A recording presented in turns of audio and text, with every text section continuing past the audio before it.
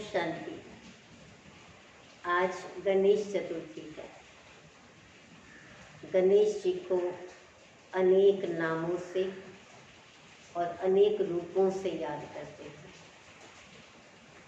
वास्तव में ये हमारा यादगार है।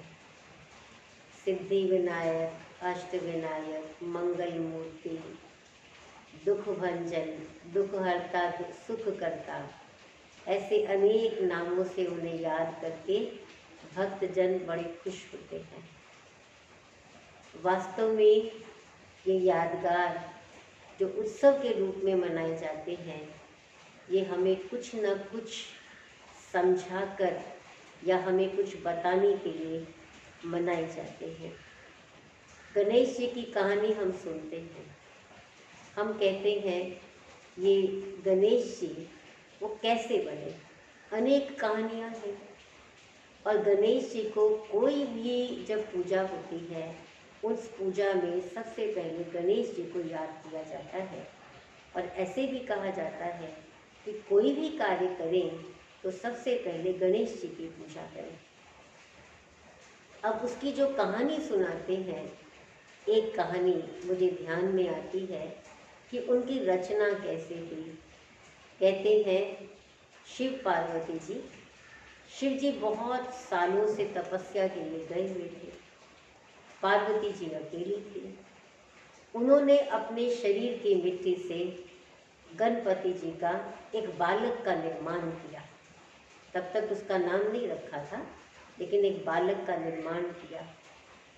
और एक दिन जब उसको स्नान करने जाना था, तो उसने अपने बालक को कहा कि तुम यहाँ दरवाजे पर खड़ी रहना और किसी को अंदर नहीं आने देना। और उसी दिन अचानक शिव जी तपस्या से वापस लौट आए। तो वो अंदर जाना चाहते थे, लेकिन बालक ने उनको जाने नहीं दिया। उसने उसको पहचाना नहीं। और शिव जी को इतना गुस्सा आया कि उन्होंने बालक का सिर अलग कर दिया। अब इतने में पार्वती बाहर निकली। उन्होंने आकर सारी बात बताई।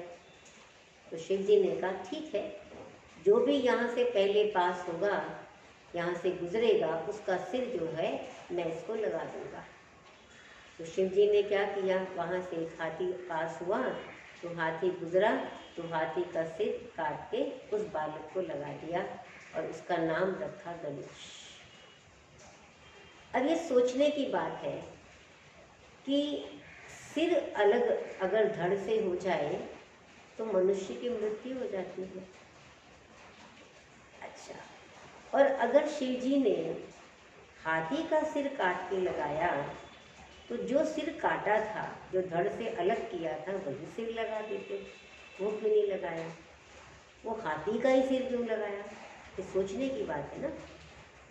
वास्तव में ये सब बातें जो हैं मानव को ज्ञान देने के लिए, समझ देने के लिए है कि किस चीज़ की आज आवश्यकता है। और आज के इन्वायरमेंट में सबसे ज़्यादा जो मनुष्य के जीवन के अंदर विघन लेकर आ रहा है, जो मनुष्य की शांति भंग कर रहा है, उसको दुखी और परेशान कर रहा है, वो है मानव का अपना देह अभिमान, बॉडी कॉन्शियसनेस, मैंपन। ये जो मैंपन है ना, मैं, ये मेरा, मैं बड़ा, मैं धनवान, मैं साहूकार, मेरी इतनी बड़ी पोजीशन, क्योंकि मैं के साथ मेरा जुड़ा हुआ है। तो ये जो मैं का अभिमान, तो वो जो बालक का निर्माण कैसे हुआ था? मिट्टी से, यानी देह का अभिमान। कौन सा सिर कटा? वो जो मैंपन का, देह का अभिमान, वो सिर कटा। और सिर कौन सा लगा और वो कैसे कटा? वो कटा जब उसको हाथी का सिर लगाया गया। और हाथी का सिर किस चीज़ का प्रतीक है? वो है विजडम का, ज्ञान का, विवेक का। अर्थात ये जो मैं और मेरापन का अभिमान है, जो देह का अभिमान है, इसको जब हम खत्म करेंगे तो फिर क्या होगा?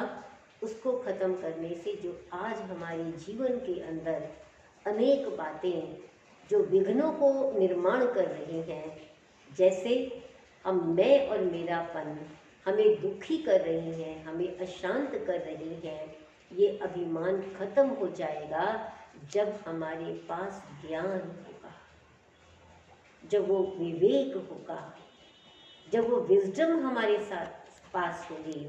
और वो विजडम हमें कौन देते हैं? वो स्वयं परम पिता परमात्मा शिव वो विजडम देते हैं। वो हमें वो सिर लगाते हैं, समझ का सिर हमको देते हैं, वो हमें बुद्धि देते हैं, जिससे हम मैं और मेरेपन को ख़त्म कर सकते हैं। क्योंकि हम जानते हैं ज्ञान से कि ये देह नाशवान है और मैं कौन सा मैं? ये वो मैंपन अभिमान वाला नहीं, ये मैंपन कौन सा? मैं आत्मा।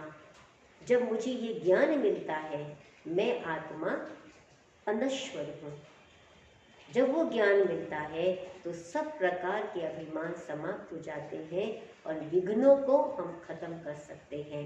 तो मुझे ऐसा विघ्न विनाशक बनना है, अपने विघ्नों को समाप्त करना है।